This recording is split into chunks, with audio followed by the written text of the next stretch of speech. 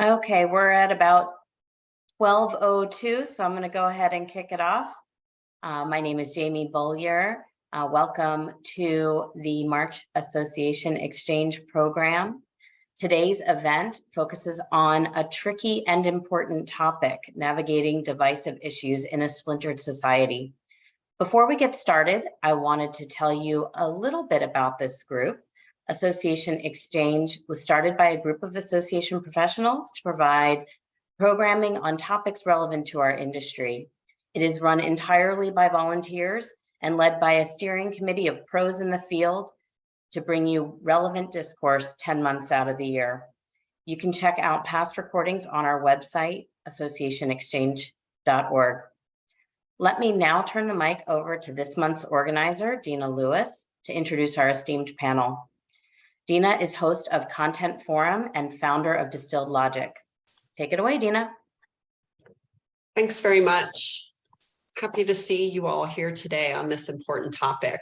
I am happy to be a volunteer coordinator for Association Xchange over the last few years. And as a proud member of ASAE's Communication Professionals Advisory Council, have been able to feature some of the work of that group through the Association Xchange. The work that the council's been doing has been focused on examining ASAE's Foresight Works drivers of change through the lens of association communicators. And our topic today came out of the discussions of the splintered society driver.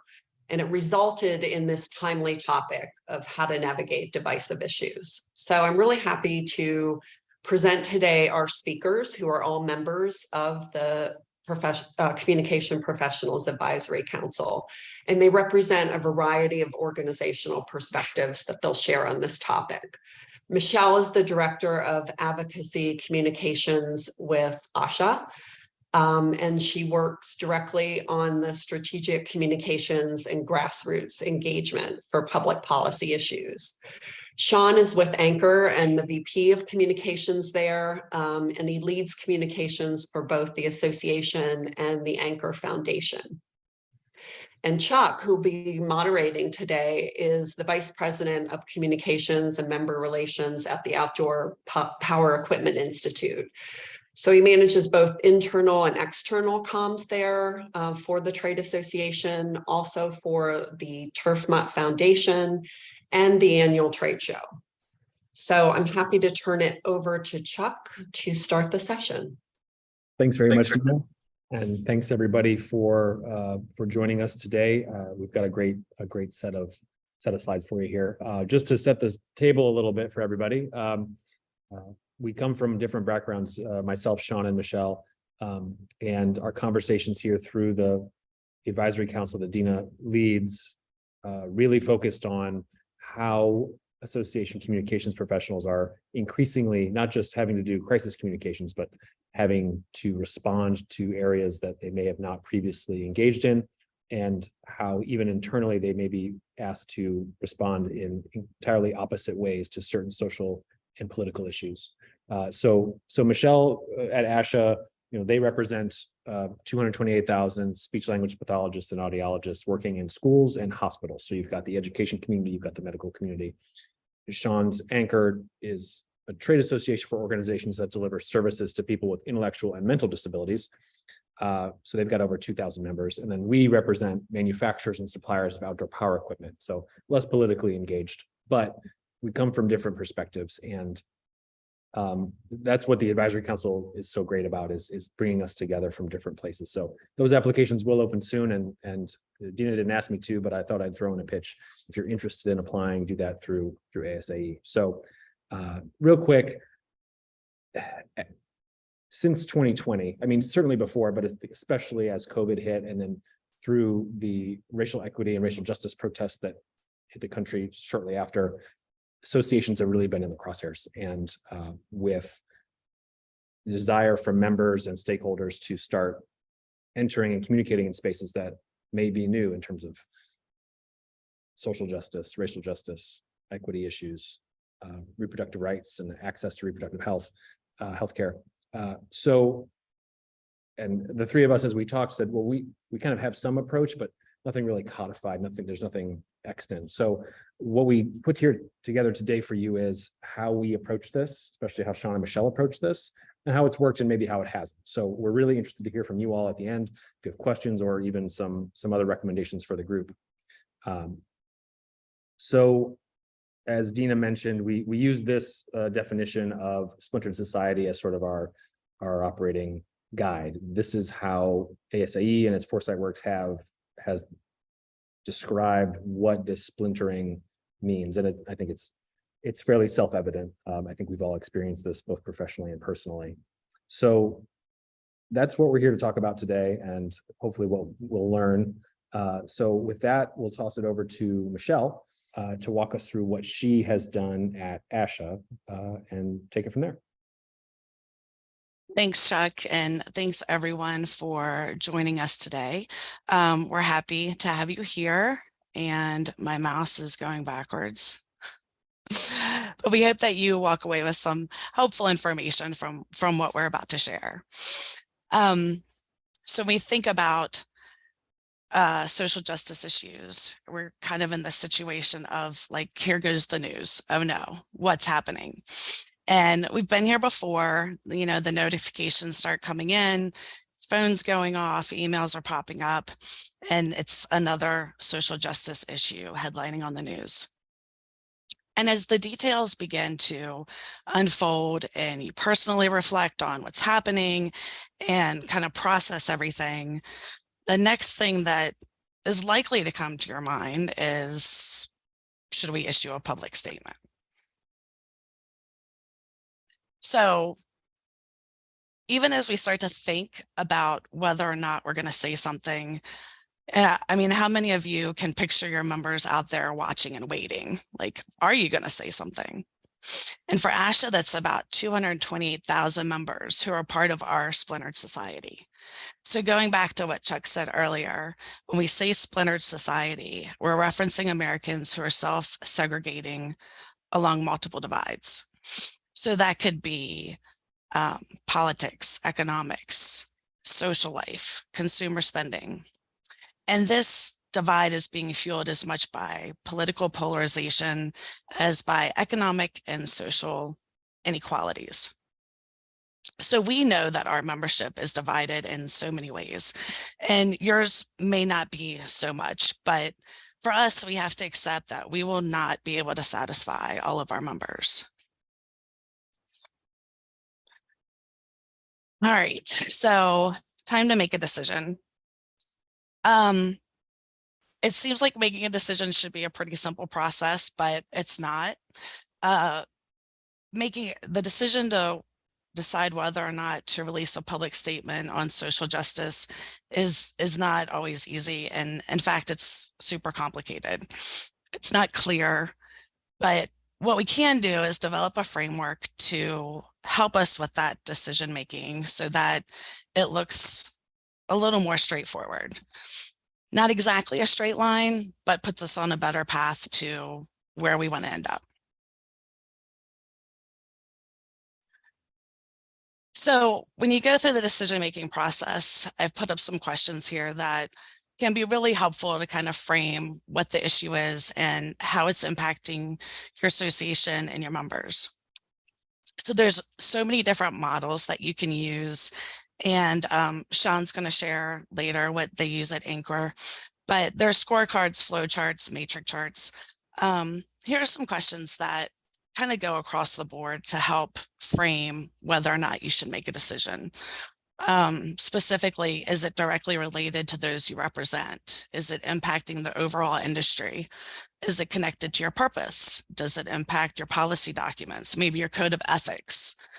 Does it impact your members' ability to do their jobs?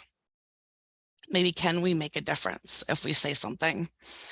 And does it align with other priorities of the association?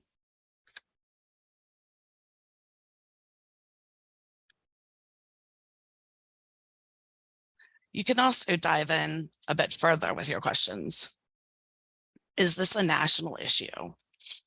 Are other organizations commenting? Have we already said something about this in the past?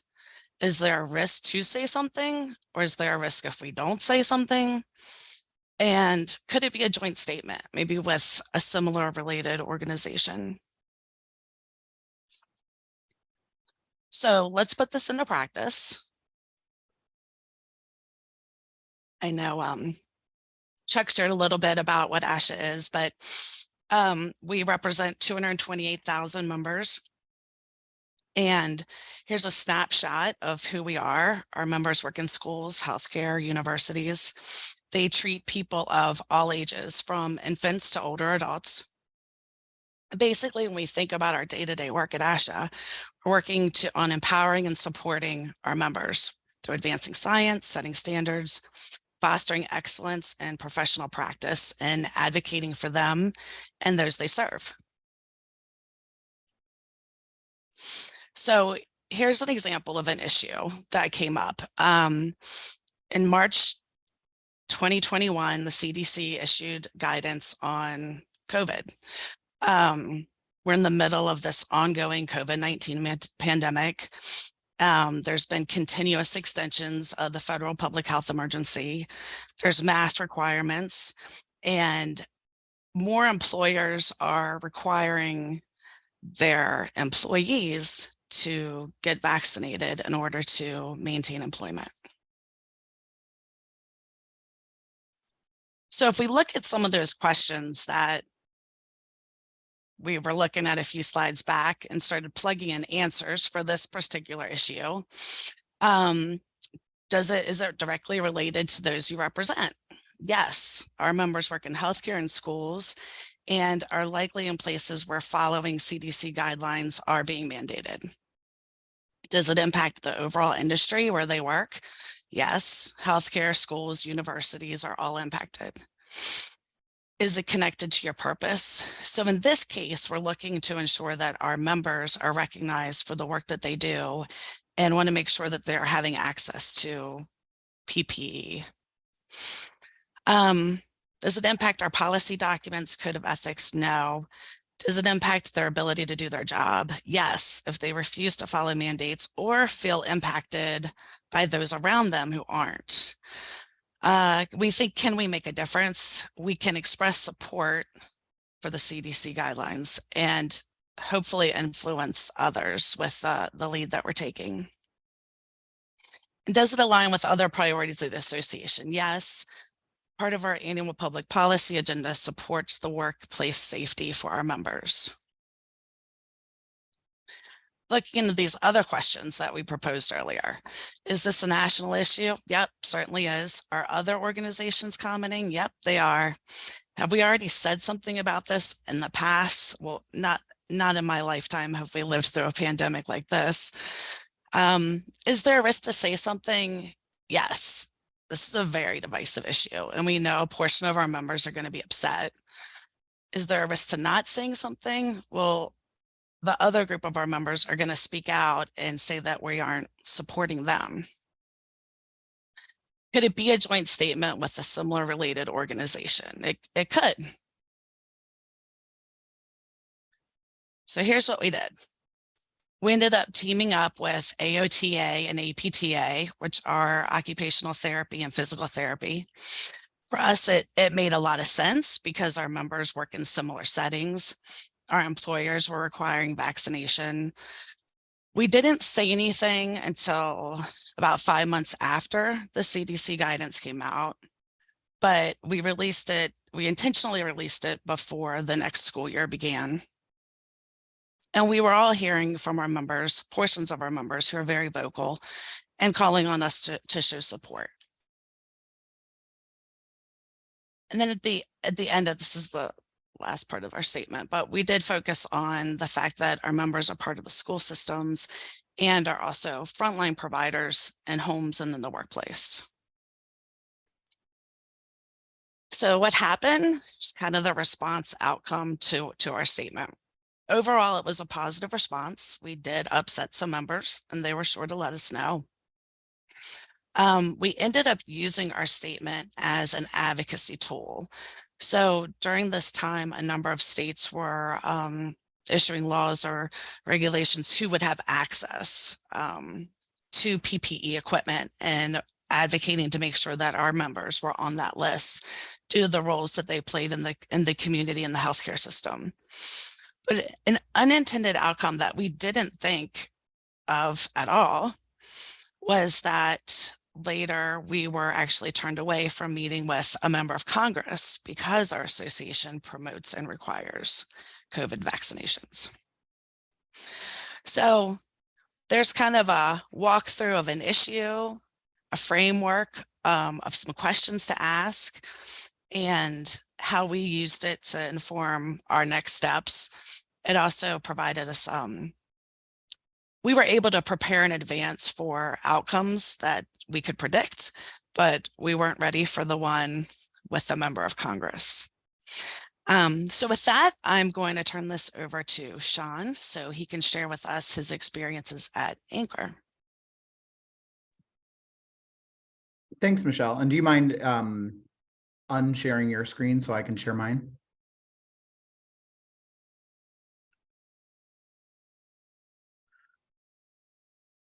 Excellent. So I'm really grateful for everybody who is here today, and for the opportunity to have spent the last several months talking about some of these issues with Michelle and Chuck and others. And what I like about everything that you just shared, Michelle, is it really reveals that two different associations with different perspectives will address a lot of things kind of the same way, but maybe ask different questions or ask similar questions and sort of get to different outcomes. And so really appreciate you sharing your perspective. And I just really kind of want to walk through the way that ANCOR thinks about these things. So as Michelle and Chuck said, I am Sean Luechtefeld. I am the Vice President of Communications for ANCOR. I'll tell you what that stands for, but it's not going to clarify anything. We are the American Network of Community Options and Resources, but we serve about 2,000 members across the country who provide services to folks with intellectual and developmental disabilities to empower them to live more independently and to be included in the community rather than what is still too often the case in 2023, which is being warehoused in large state-run institutions. I really want to kind of focus our perspective on the sort of two core elements of this question that we're addressing today, which is when these divisive moments come up, how do we know if we should respond? But then I want to sort of take it a little bit of a step further and say, in the instances where we decide that we will respond, how do we go about doing that in a way that recognizes, on the one hand, that we have obligations to particular members and stakeholders, and on the other hand, that there is always going to be risk involved in a splintered society.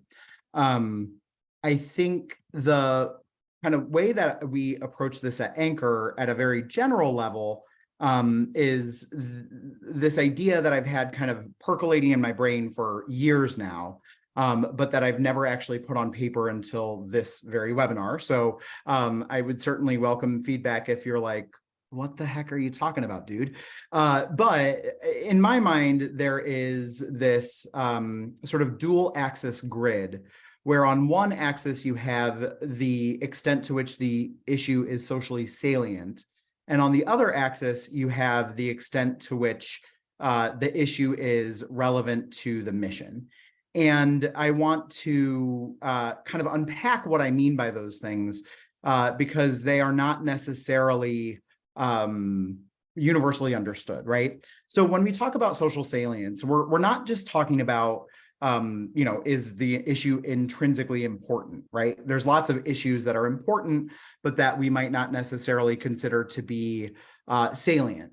If it's salient, that means it is relevant to a particular social group. It may not be all of society, but the idea is that it's relevant and people are reacting to it beyond the walls of your association, right? And for that reason, it means that there is the potential for significant ramifications if you don't respond in a way that aligns with how others are seeing it and viewing it.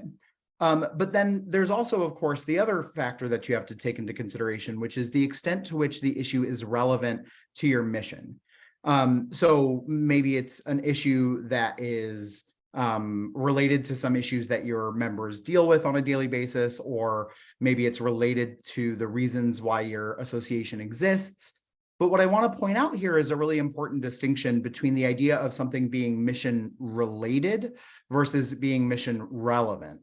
If something is mission related, that's a much narrower classification, which is to say that it is related to what you are doing as an association, right? But I would argue that a broader frame, and the one that I intentionally put on that grid, is this idea of being mission relevant, because something might not be related to your mission, but it can still be relevant. An example of this would be like if you are the leader of an association whose members provide mental health care services. I would argue that gun control is not a related issue to your mission, but because there are almost always conversations that come up related to mental health whenever there's a mass shooting that later triggers a debate about gun control, then that is obviously related to your, or I'm sorry, it is relevant to your mission in the sense that there are going to be calls for deeper investments in mental health services, and that might be something that is core to your policy agenda. So going back to this salience relevance grid, then we obviously have things that are highly salient to society or maybe only moderately salient to society. But we also have things that are maybe highly relevant to your mission or maybe only moderately relevant to your mission. And so in determining what to do with all of that, you know, some of these quadrants are really easy to figure out. If it's highly relevant to your mission, you're probably going to want to say something regardless of whether or not it's salient to society. And if things are only moderately salient to society and only moderately relevant to your mission, then that probably is an instance where you don't need to say something. But then there's this fourth quadrant, which is what I call the emoji shrug quadrant. This is where things might not be highly relevant to your organization's mission, or maybe you don't know how relevant it is to your organization's mission, but it is highly socially salient, and you have to figure out like, okay, so like now what? So when you find yourself in this in this highly salient but moderately relevant quadrant, there are a series of questions that you're going to be asking yourself. I could probably list 1,000, but the way that ANCOR kind of thinks about this, I think can be distilled down to 4 big picture questions. So the first that we think about is whether or not the issue is directly related to our cultural values. So like I said a minute ago, it may not be directly related to your mission, but if it is directly related to your cultural values, that might be a pretty clear indicator that the issue is relevant to your mission, even if unrelated. So an example of this at ANCOR, you know, we support service providers to serve people with disabilities. But when it comes to issues related to race and racism, we would argue that that's mission relevant because we have a cultural value in which we have identified our desire to be an anti-bias organization. And so even though we don't deal with issues of race, our members do very much grapple with issues related to bias and discrimination. And so for that reason, we would argue that it is relevant to our mission because it is related to a cultural value. We also ask if there is precedent for us to speak out on similar issues, and the corollary question, which is whether we are setting a precedent by speaking out on those issues. And that doesn't mean that it's the determining factor, like, well, we don't have a precedent, so we're not going to speak out, or there is a precedent, so we must speak out. But the idea here is that if there is a precedent, then that means that there are expectations as well. And you want to be mindful of what those expectations are, so that way you can be prepared not only to temper your statement or your communication accordingly, but also so that you can prepare for the brushback that's inevitably going to come if you find yourself in a position where you've chosen to violate those expectations. Third, what is the tone and tenor of what I call like the discourse, right? The discourse, of course, being what are the conversations that are circulating in society that are related to the issue, and how are you sort of keeping your finger on the pulse of what's happening? So within your membership, that might be if you have a connected community and you have the opportunity to do social listening there. In broader society, that might be what are people saying on social media. And it's not to say that that would persuade you or dissuade you from issuing some kind of a statement, but I think you do want to be mindful of those things so that you can know whether or not you are contributing something to the conversation that isn't there yet, right? Maybe you're deciding to issue a statement because there's a piece of the conversation that's being left out, and your members bring a perspective that is really important and brings that perspective to the table. And then finally, who is going to be directly impacted by whatever message you choose to send, should you choose to send one? And what I don't mean here, although it's important to keep in mind, is who's going to be upset about it. You know, who's going to be sending you nasty grams after the fact, or who's going to be really excited and praising you for having done a good job, right? But what I mean instead is, are there audiences for whom your voice at the table could have unintended and potentially negative consequences? You know, one of the examples Chuck gave in his introduction was, debates about reproductive rights that followed the Supreme Court's decision in Dobbs v. Jackson last June. And you might want to consider, you know, if you have women on your staff who have had an abortion, or if you have women on your staff who have been unable to access an abortion since that decision, right? What are you triggering in, you know, their experiences by choosing to speak up or to take a stance or to strategically remain silent, right? That's not, again, to say that those things are going to definitely persuade you one way or another to or not to issue a statement, but I think you do want to make sure that you're being mindful of the potential for any unintended consequences resulting from the decisions that you're making. So let's pretend that we've gone through all of that exercise, we've decided that we are going to respond. The obvious next question, of course, is like, and now what, right? Like, yes, we're going to do it, but like, where the heck do we start? And here again, not just because it was a nice little parallel list, I wanted to offer 4 questions that we keep front of mind as we go through the activity of determining what is our response going to look like. So the first question or pair of questions is, what is the intention of your message, and what is the purpose of your message? And those things are really closely related, of course. But when I ask what is the intention of your message, I'm really asking, like, what is the message? Like, what are you actually saying? When we talk about the purpose of the message, though, it's really more about why are you saying it? So, for instance, are you saying it because you want to express solidarity with a certain group of people? Are you saying it because you want to call attention to a particular issue? Are you saying it because you are trying to decry a particular practice or decision or event that happened, right? There's all kinds of different purposes, but you want to make sure that you're mindful both of not just what you need to say, but also what outcome you're seeking to have by saying it.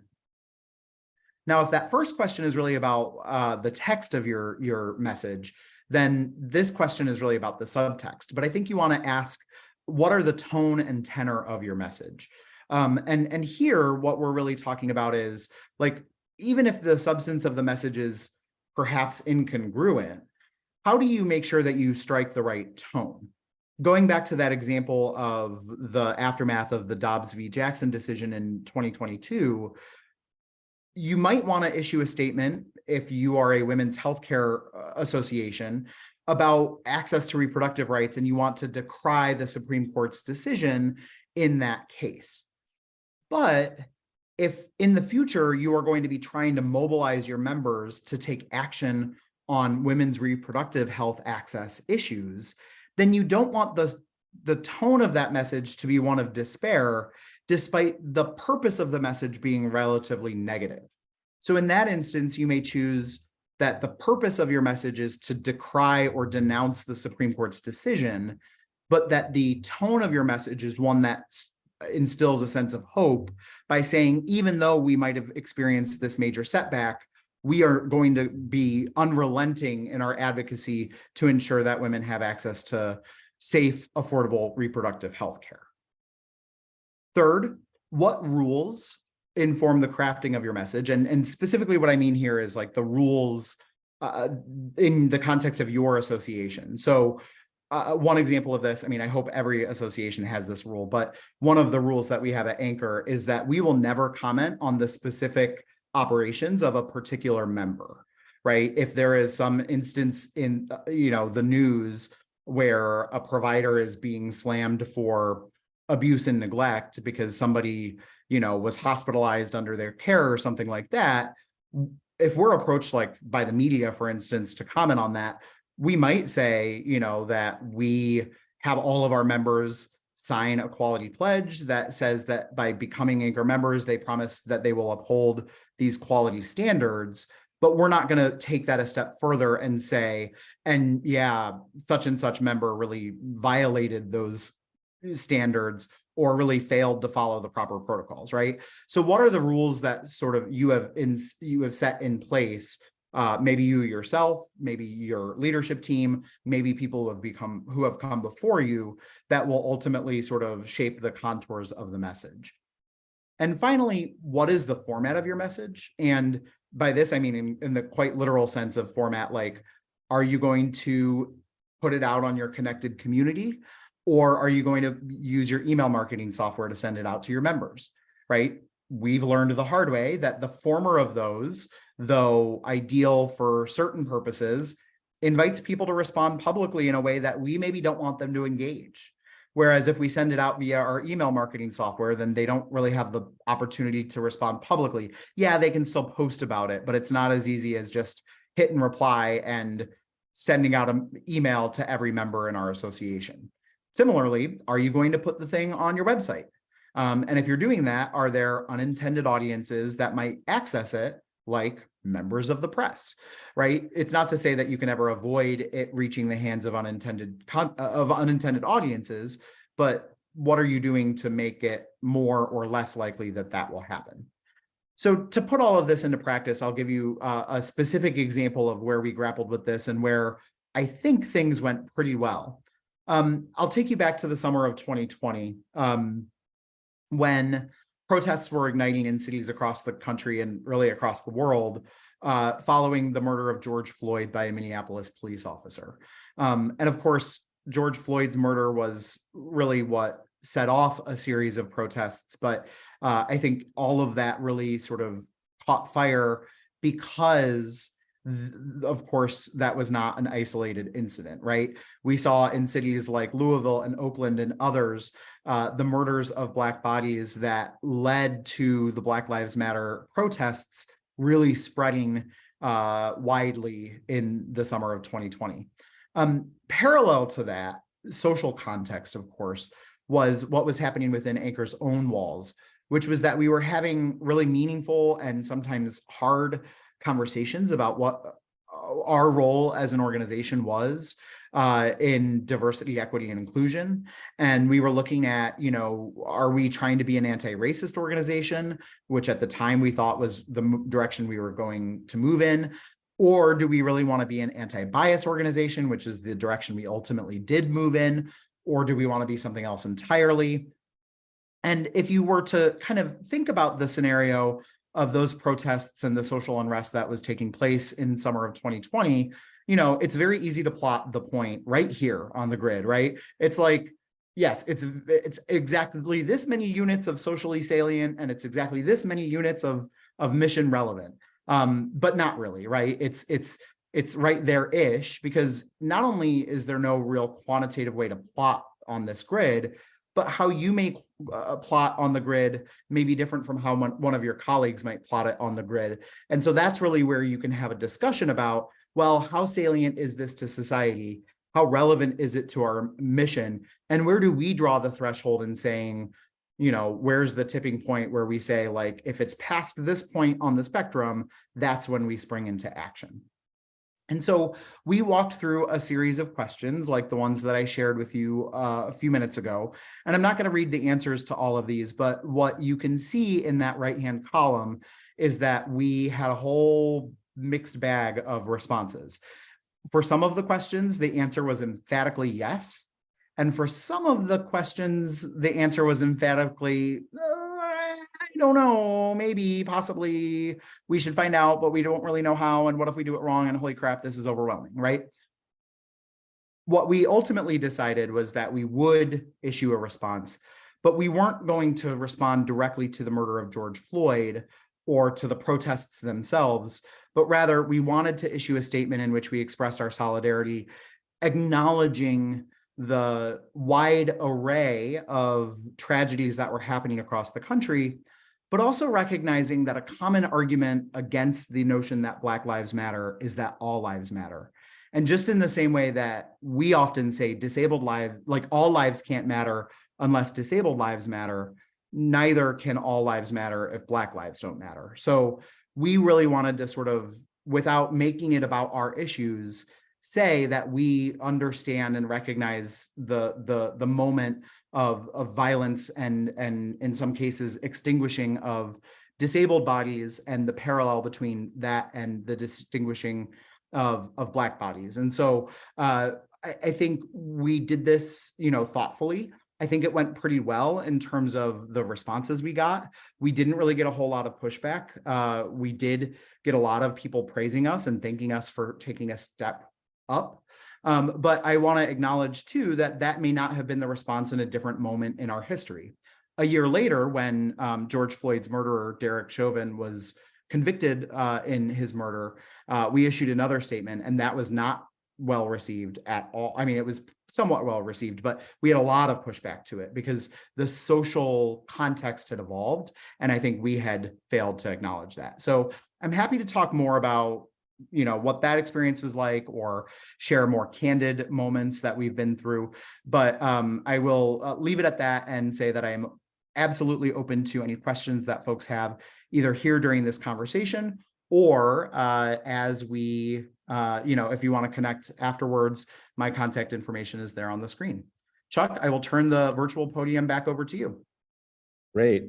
Sean and Michelle, thank you very much. That was a great run through of how you both approach this. We've got a couple of questions that I'd like to get to. The first one specifically deals with either making a statement or not. How do you deal with, or how do you respond to members who either say, you shouldn't have said anything in the first place, how dare you? Or what you said wasn't the right thing, how dare you? I think you've both dealt with this, but I'll toss it maybe to Michelle first, especially on social media with more than 200,000 members. I imagine you have quite a lot of activity. Right. Thanks, Chuck. Happy to share. I know Sean's talked a lot about the Dobbs statement, and that was something that we did attempt to tackle. And Sean also talked a lot about the messaging that you do use to share. So I didn't talk so much about making the decision, but even once you do make that decision, what does that message look like? And I would say that, we released a statement and focused more on that the issue at hand did not really align with ASH's goals, with our mission and representing our members, and went public on social media with it. And we took a lot of backlash for what we said. And it was pretty significant at a point that we couldn't even post on social without having input or anything that we would say. People would use an opportunity to add a comment going right back to the statement. And I think that in hindsight, looking back and in the process that happened and how things unfolded, I think we should have spent more time in the decision-making phase of whether or not we did make a statement and how detailed that statement was. Because I could share, another example where something really wasn't in our alignment, and explicitly, like very clearly. And the statement that we said was very simple. You know, for example, there was a shooting at a school down in Florida, and we had an SLP working at the school, and our statement was very it was more of an empathetic statement, like, we can't believe that this is happening, our hearts go out to everybody, you know, this is such a tragic situation. And when we said the message that way, it didn't really matter where you were so much on that splintered society scale, right? Who's exposed to or knows someone who's been near, around, a part of, aware of, knows someone in a school shooting is going to be upset. That's a traumatic event. And so when I think about going out with messaging, going back to the Dobbs statement, we shouldn't have gone out on social with it. We could have done an email. We could have just had it on our website so that if people were asking, they could see something. We definitely should have considered more, shared more broadly, even internally with staff, to kind of test the waters of how staff thought about the statement that we were sharing. I will say that, like, we're continuously learning. And I think that goes, you know, without, I mean, everyone is, right? Like, each issue that comes up, we can't even predict anymore, you know? And so being able to, I guess, really target your messaging, and if you choose to say it and you're not even sure if you should choose to say it, how you want members to be able to reach you versus an email or something on the website and social. Very different.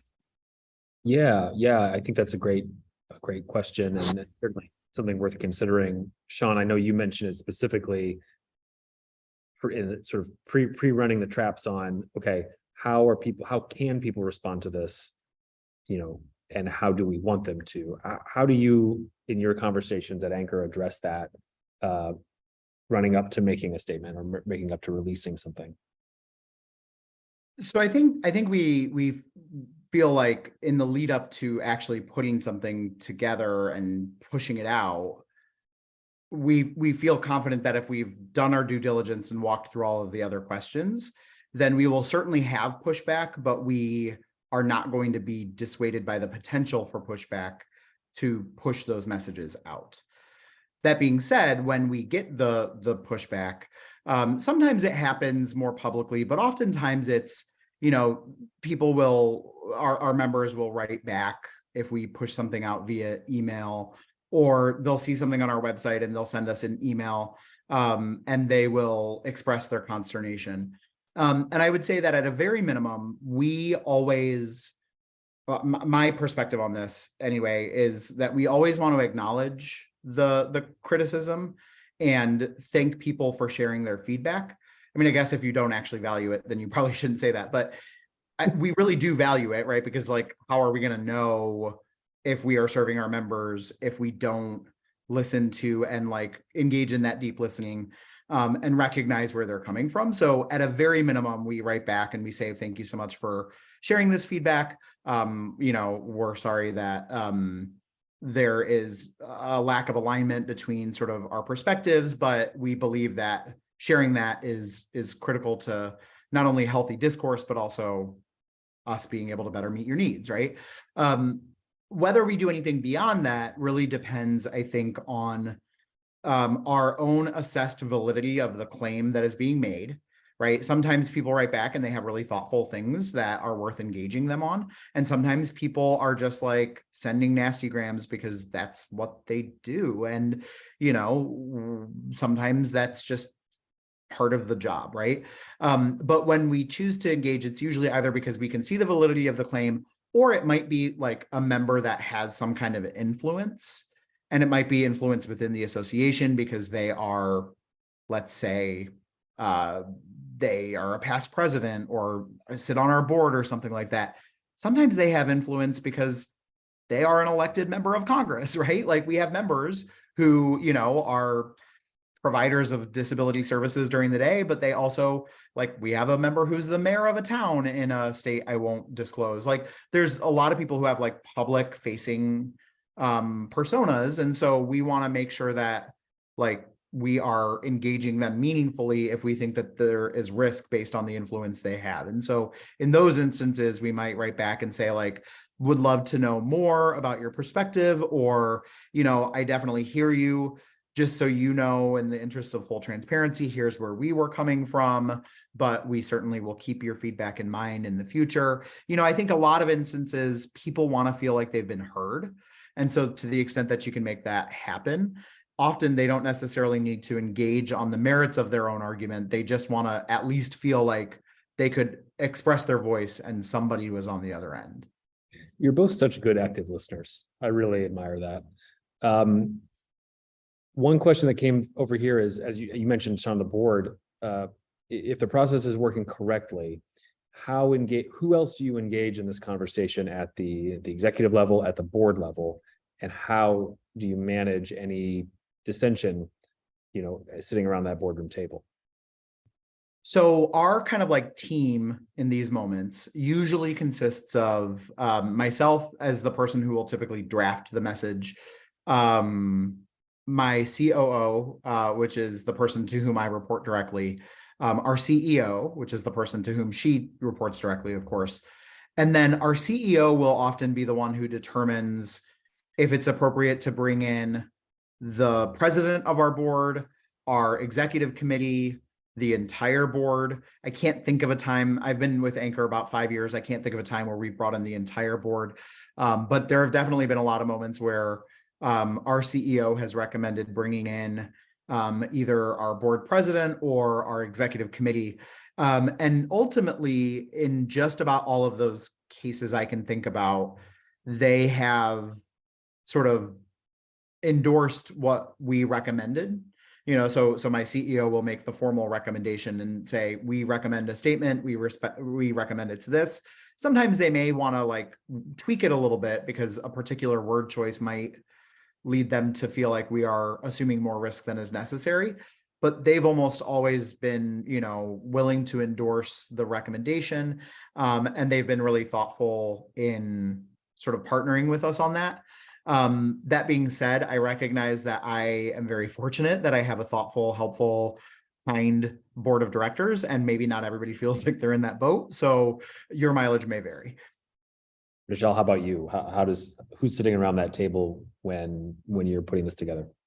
Well, it depends. I mean, if it's an advocacy statement, it's more likely to initiate from our government affairs group.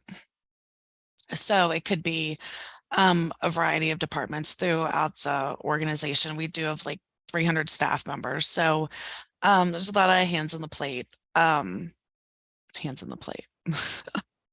lot of cooks in the kitchen. Right now we're working through, like I said, we've done a lot of learning, and our members are very vocal. And so we're going through some processes right now to just try to figure out what needs to be that core process moving forward. And I know at this point the board will definitely be involved in playing a critical role of that. Yeah. One question that came through here. I know there are state level groups for speech language hearing. Sean, I'm not sure at ANCOR if you have chapters, but we had a question as it relates to chapters who may want to or do make statements in opposition to what the national organization is saying. There's some differences there. How have you dealt with that, either of you? And if so, how did you manage that process? I'm not aware of any situations that have come up specifically around that. I know we haven't necessarily been in agreement on some advocacy issues, but not a formal statement that would run against what we were saying. I do know that, back in the example that I had shared with the COVID and the CDC guidelines, it was interesting because some of the members, the states that are in more of like a Midwestern state, they weren't following anything. They only had like 10 kids in their classroom. Like no one in the neighborhood even no one in the community even had COVID yet, you know, so they couldn't even understand why we were saying what we were saying in that particular region, in that particular area of the country. So, I mean, that makes sense, right? If they haven't had an outbreak. So I could see why their feelings would be different, but I haven't been in a situation where we would have to address an issue where a state has issued a statement that's completely against what we would ever say. Yeah, we don't have chapters or other components like that, so I can't directly answer that question. I would say the closest parallel we have is our we have 57 state provider associations that are members.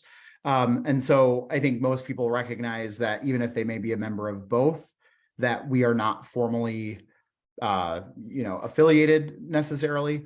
But I would say that the answer to that question, and also I think maybe the answer to a question that I see in the chat about sort of how do you deal with members that pressure the organization? In my mind, there is a limited number of circumstances, but this would be one of them, where giving a little bit of the exposure to the sausage making is actually pretty helpful. So if you can be really transparent and say, whenever these moments arise, we ask all of these questions, we consider all of these audiences, we follow this very specific process, we engage these particular people.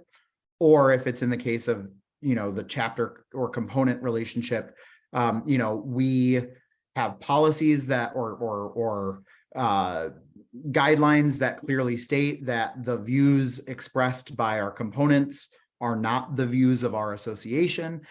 Those things, I think, can instill a level of confidence, and then they become the thing that you point to in the moment when somebody is upset because their chapter said one thing, but you said a different thing, or in the instance when, somebody really wants you to take a step forward and speak out, but you are deciding not to do that. You can point to those things and say, well, we have followed this process. We have engaged the right stakeholders. We've done so thoughtfully.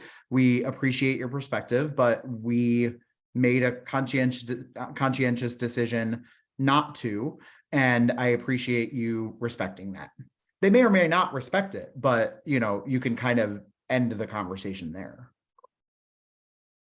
Yeah, we've done that as well. Just having, once you go through that process of the decision-making process, the outcome that, that when you look at the big picture, coming up with just some talking points so that everyone in the organization's on the same page with why we made the decision that we made, what the background was behind it, and of course, appreciating the members' input and reaching out to us, which is really important. Sure.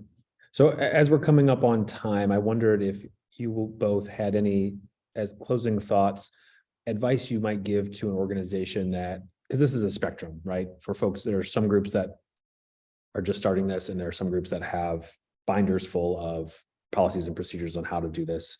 I haven't met them yet, but I'm sure they exist. What advice would you give to an organization that's trying to maybe codify this a little bit better for their staff?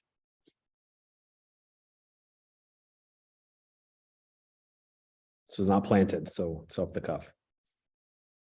Yeah, and so maybe I'll regret this answer later, but my initial reaction to that is these are conversations you should be having internally early and often. So whether or not you're grappling with this already, whether or not you have had a moment where you thought you were doing the right thing and your members very clearly told you otherwise, I think it's worth normalizing the conversation, and maybe not just among the people who need to be actively engaged in the process, but just at all levels of the association, right? Sometimes we will share at a staff meeting, we were invited to or encouraged to respond to something and we chose not to. We will even share that we didn't respond, just so that our staff is also feeling bought into the notion that we are all stewards of our mission and that this is a critical component of that. And I will acknowledge as well that doing that requires you to feel safe and have a level of trust with your colleagues.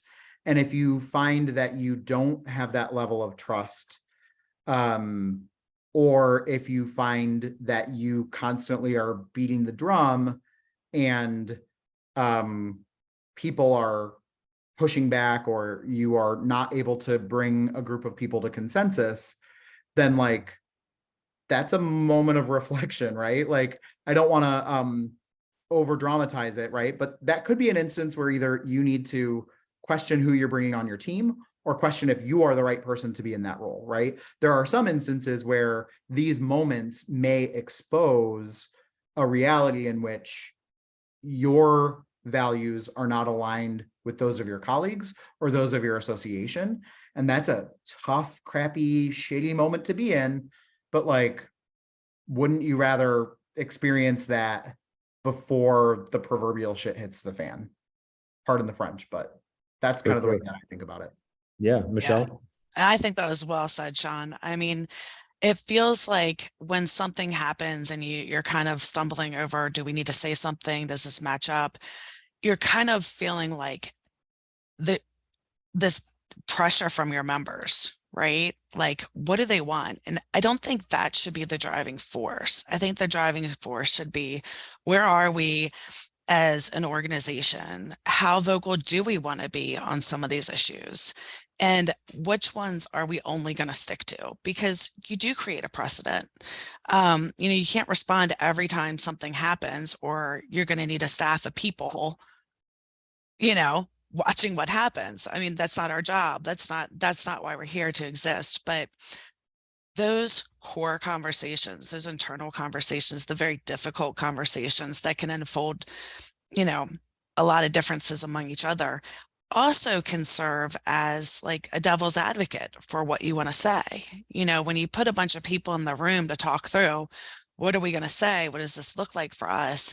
Having other people there to share different perspectives on the fly will also inform your message and help improve it, because whoever wrote it may not have the best intentions in mind, but when some other people see it, maybe you can get to where you want to be. And I think also just remembering, what is the goal? I think sometimes we get so caught up on, we've got to get this done, we've got to get it out by a certain time. Our members are pressuring us. What are we going to say? Like, we don't even know what the goal is to what we're going to say yet, right? And so having that map in front of you to be able to sit down and focus on it is really important. Yeah. Well, Sean and Michelle, thank you very much for sharing all this. I think this was a great beginning to the conversation for a lot of the folks on the call. And I just want to say to everybody here, thanks for taking the time to spend an hour with us. And thank you to Dina and team for inviting us. So Jamie, I'll toss it back to you. Thanks so much, Chuck. And, great guidance throughout that entire discussion, especially right there at the end, Michelle, with that call to stay goal focused.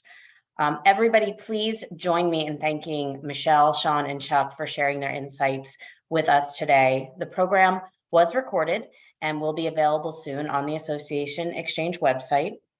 The date of our April program is still being confirmed. However, the topic is the new must-have skill, how to think like a product developer. It will be presented by Brooke Wilson of 360 Live Media. Stay tuned for registration information, and until then, enjoy the day. Thanks, everybody. Thanks, y'all. Thank you.